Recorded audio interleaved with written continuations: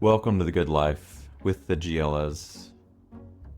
Today we are going to be talking about why we chose the good life as the theme or the title of the show, and why we're even starting a podcast and to begin with, because We I have feel nothing like to say. we have nothing to say. Nothing And I and feel like everything. because somebody said recently, somebody was like, every white man with a microphone has a podcast, and it's true. But I am not a white man. no, you're definitely not. But we have had we've had quite a journey the last 2 years or so with just so many things, so many ups and downs. We have had children. We have had 2 children in the last 2.5 years. We started a business and we bought a house. We bought a dog. We got rid of a dog. We have a cat that lives in the bathroom. We just have had a lot of things happen to us. And it has caused us to think more deeply about what do we want in life. And we are settling on some things, I think. Our values are changing. Our wants, desires, needs, don't wants, don't needs in life are changing. I think for the better. I think we're following our intuition better. We're following the Lord better.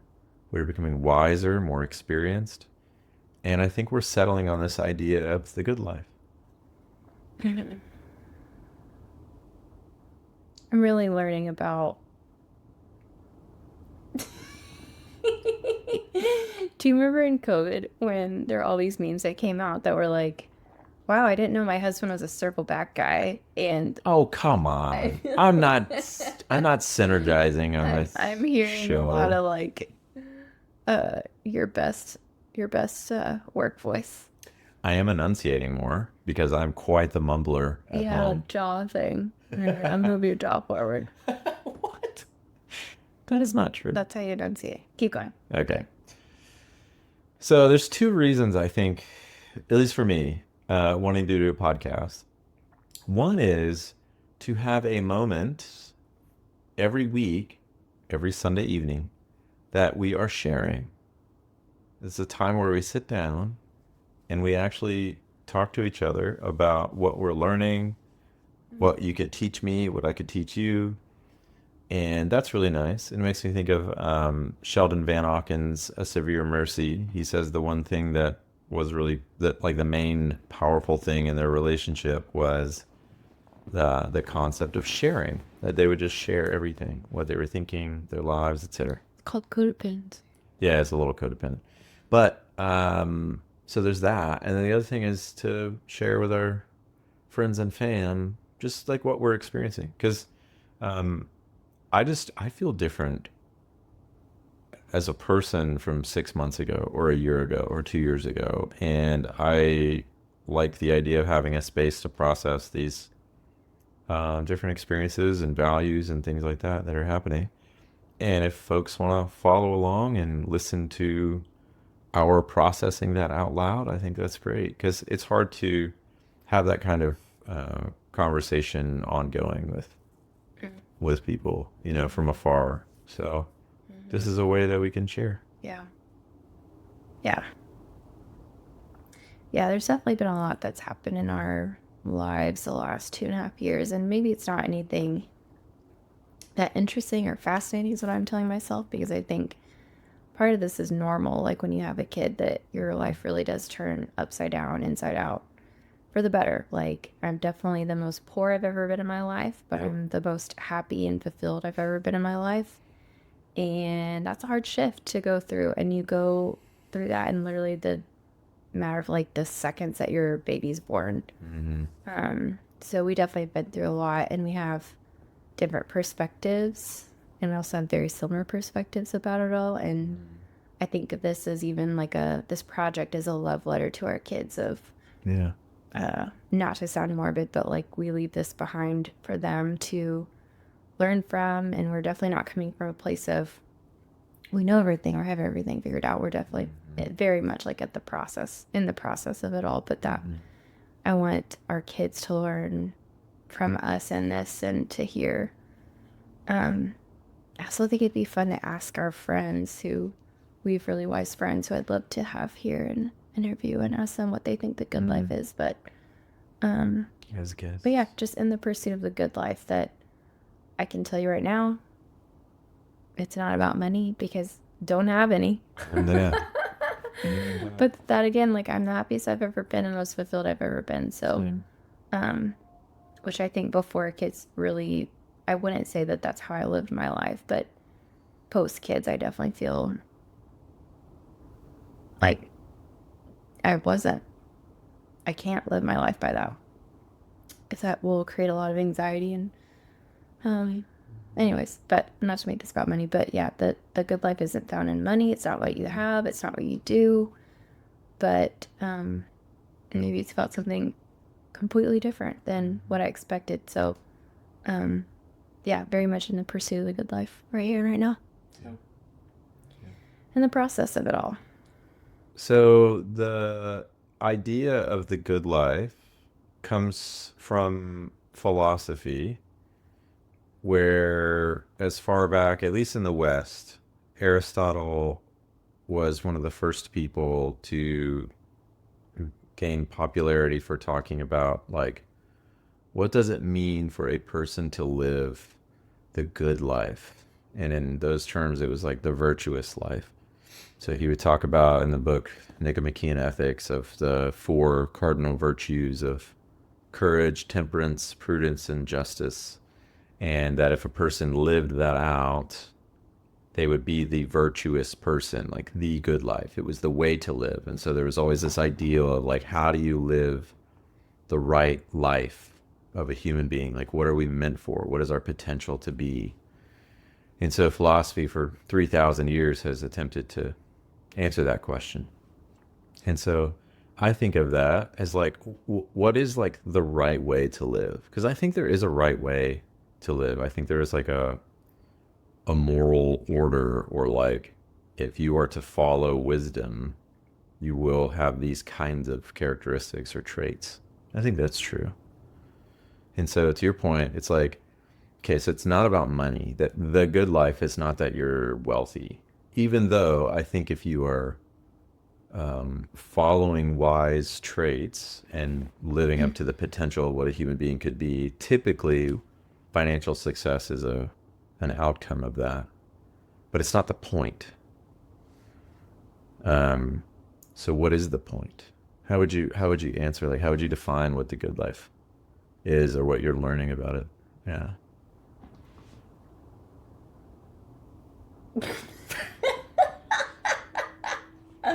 Christine makes fun of me because I take things too. I'm like too serious. Respectfully, I fell asleep. And Oh, I know come you asked on. ChatGPT that question, so. I did. Well, I have read Nicomachean Ethics, okay? So I will say I read Aristotle. What was your question? Yeah. What how do you define the good life? Like what is the ideal that you're looking to now? Well, I think everyone could say something differently. Yeah. So I think it's hard to pin down like one thing about it when, I mean, It's fair. I think for every person it's probably different. Like I think of our Enneagrams, right? That the holy idea of each Enneagram is something very different for each Enneagram. And what's satisfying to me won't be satisfying to you, won't be satisfying to him or her, or, like our kids to later down the line. So I think not that there's not these like guiding principles that will give us a good life, but I think that's also what I'm trying to figure out. Like, what are my guiding principles? Because before kids, I thought it was this. And then, as they get older, it might change. But I think even as a therapist, I tend to want to understand. I think like ultimately like our values are what guide us. And so if my value is for family or friendship or, community or success, I have to know that I'm living my life by those values. And if I'm not, usually I'll get disappointed. But even then, like, what's deeper than my values is like, what am I really about? Like, who is the core of me, and what am I really about? And again, it's I think this pursuit that I've been on hasn't been revealed to me until after kids. So Yeah. even just learning that, I think, is a big deal. So I think I've always wanted it, but I didn't have this like as strong of like an ordering sense as I do now because of kids. yeah, it definitely feels more precious now, like more important that I figure out what that is. Yeah. And there's a little bit more heat underneath that too, of like, I gotta figure this out quick, because these kids, I mean, Camille's listening to us and thinking through what we're saying, and she's repeating it back to us now. I'm like, well, that's just her repeating words. She doesn't know what those really mean. So, And I think too, both of us being entrepreneurs, that we have to show up like being the best version of ourselves, or being really healthy, at least. Healthy for our clients, healthy for our team members, our partners. Like, we've got to show up and do a good job. And then, of course, simply for ourselves and for our kids and stuff. I think I've seen like images of the good life that make me think of it. Like I mentioned, we went to Archie's Garden Land yesterday, which is this garden store where they have flowers and trees and so on. And we were just sitting there. The weather was like beautiful, and we were just sitting there with Jones. We were sitting in these Adirondack chairs, and Camille was playing in this little like toy house like 10 feet in front of us, and she was just having a ball and like running around and asking us about different things. And like sitting there, it's like, this is what life is supposed to be about. This is the good life. And I think of that when we can walk everywhere in our neighborhood. So like your office is a couple blocks from here, and the kids' daycare is like a mile from here. We just like walk everywhere. And when we're walking and just sharing and living at that pace, it feels like the good life.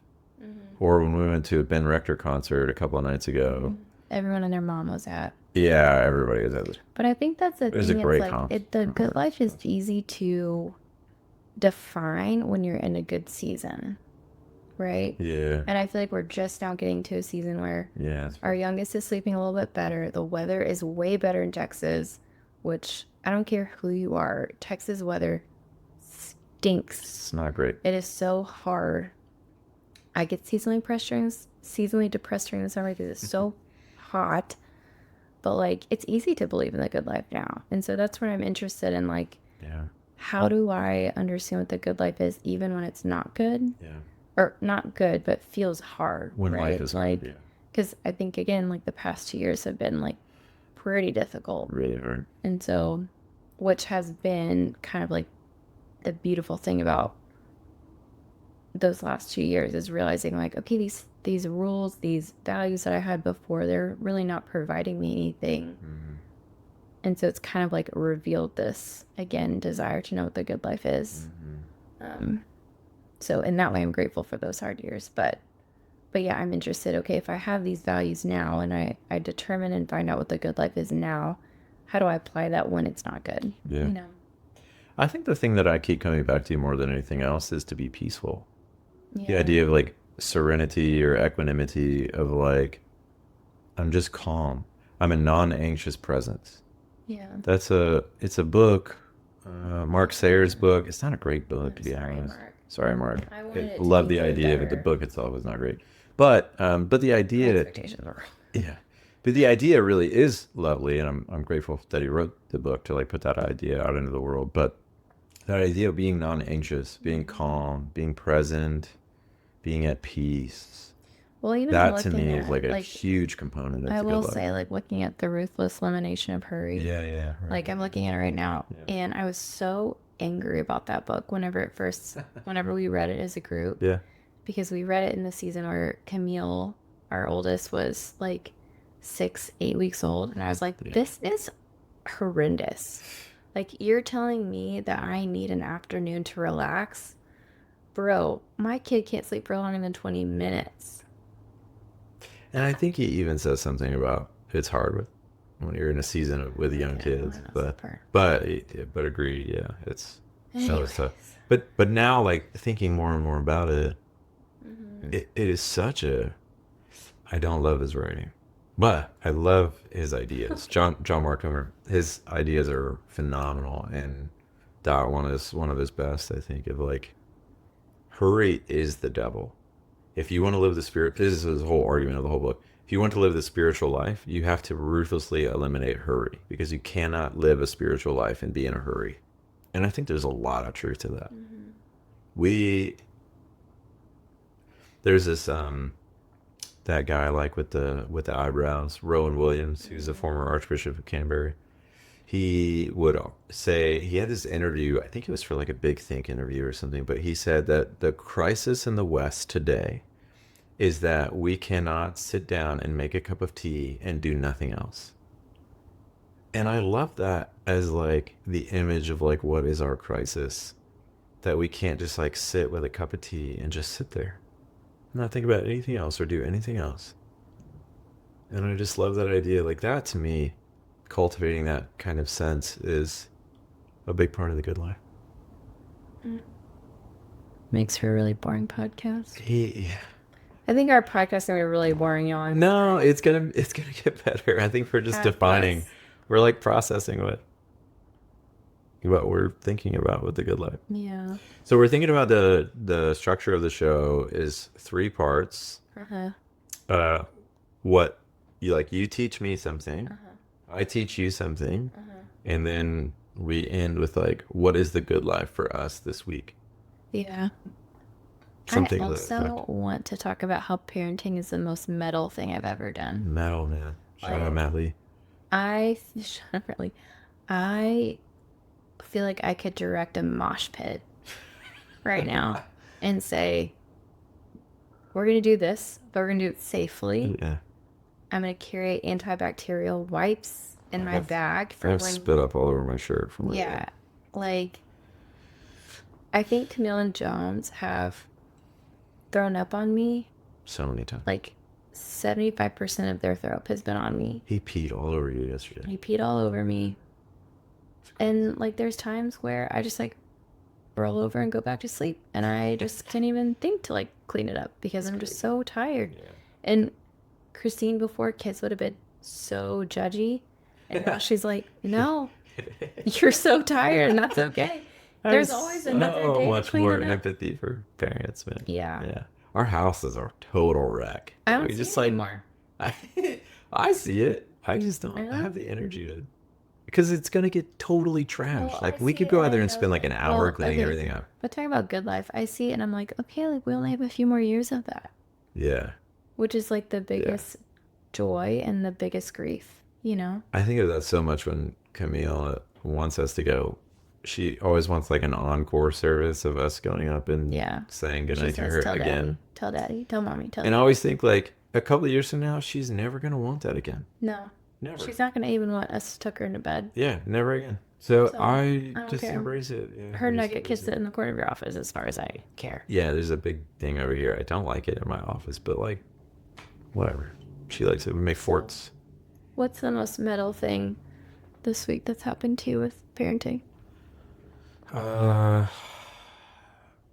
Trying not to wake up Jones, walking into our bedroom. He's still sleeping in our bedroom, and it's pitch dark. I can't see anything.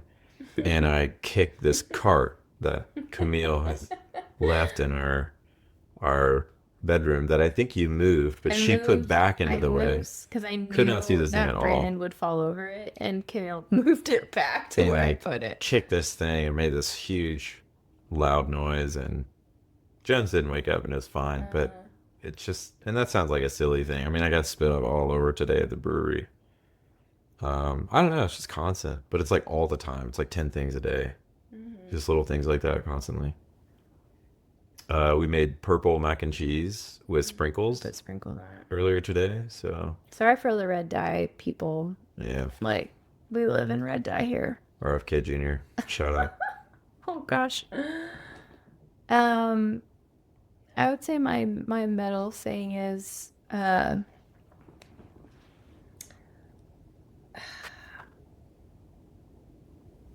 like had a good one the other day. But I think it's like moms, and this is something I didn't realize before kids.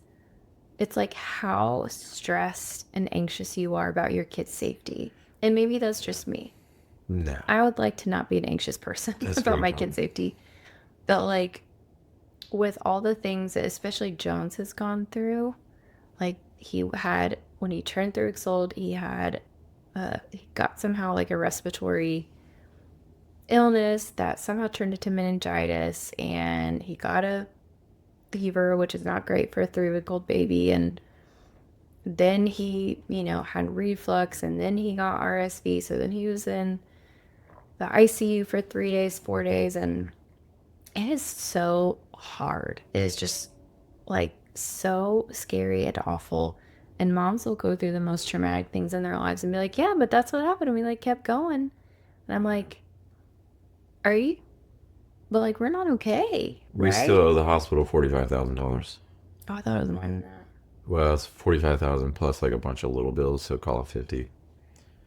But it's like, yep, It's monopoly money. we'll get around to it Yeah, eventually we'll someday. get it. Thank you, Samaritans, for taking care of us. Like, please sponsor us, I guess. Yeah. But yeah, like, I think just like the moms that I know have just gone through the worst, or like even us all getting sick the other day. And it's like, yeah, I just have to keep going. I'm going to puke all over myself, but like, Yeah.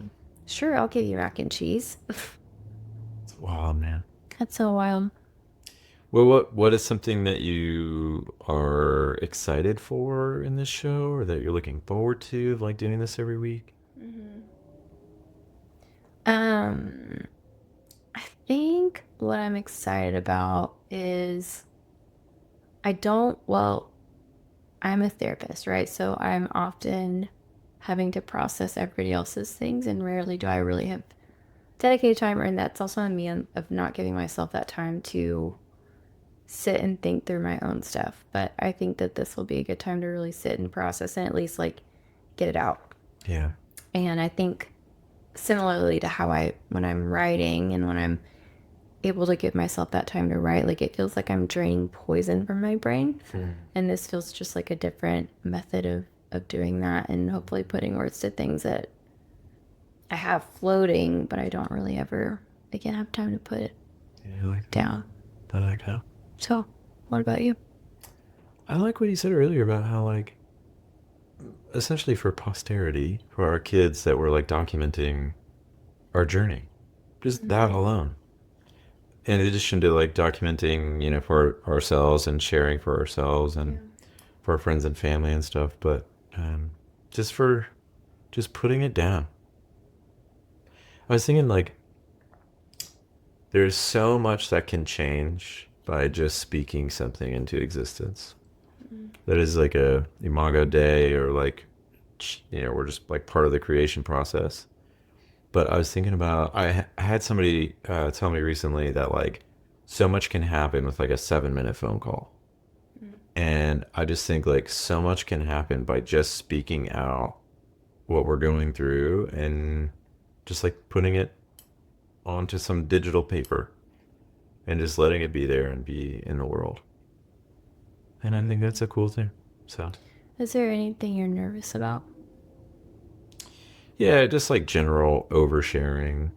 Because the Bible talks a lot about wisdom, and the wise being those who don't speak a lot. So, like, taming the tongue, being choosy about your words, being silent. There's a proverb that's like, people think you're wise until you open your mouth. So the idea of just like talking a lot like this and like documenting forever, that's thoughts that we have, and like putting it out there. If that's a fear or hesitation, it's like the flip side of documenting. Yeah. What do you think? Well, I also hear you say the Bible talks a lot about, so that will be a phrase that we hear a lot. Yeah, Is well. Brand saying, the Bible talks a lot about. Jesus is the only thing my I want to phrase, follow anymore. right? But my phrase used to be on this podcast I listened to, and I don't have time to listen to podcasts anymore, but You'll hear me reference a lot of Taylor, the Bible letters. talks a lot about. Yeah. What am I nervous about? Yeah.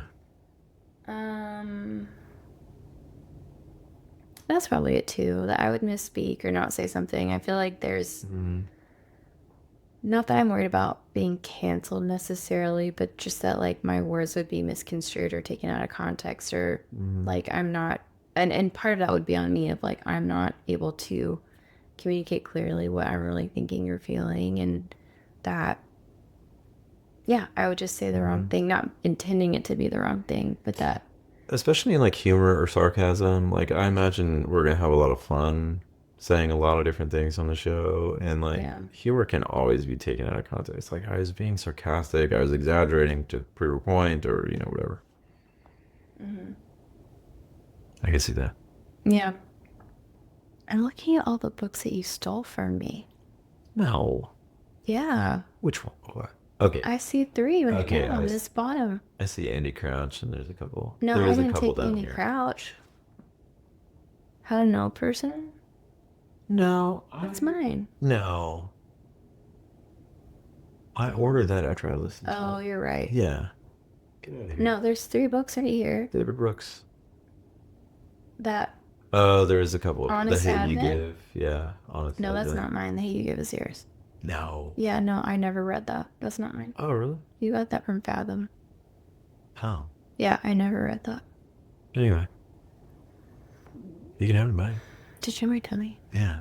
Slow. No, there's just several books that Brandon has stolen from me, apparently, that he decorated his bookshelf for clout. That is not true. I collect books like ideas. But Jared, like Lord of the Rings book, that's my book from high school. Yeah, I was going to read it. Anyway, you heard it here first. Okay, so stay tuned for more on The Good Life. These will get better. We're more structured. They won't. It's Maybe. fine. But we're just processing out loud this one. Just like, what are we doing here? Yeah. I like it. So I think to summate, To what? to summate, To even summate? or to summarize,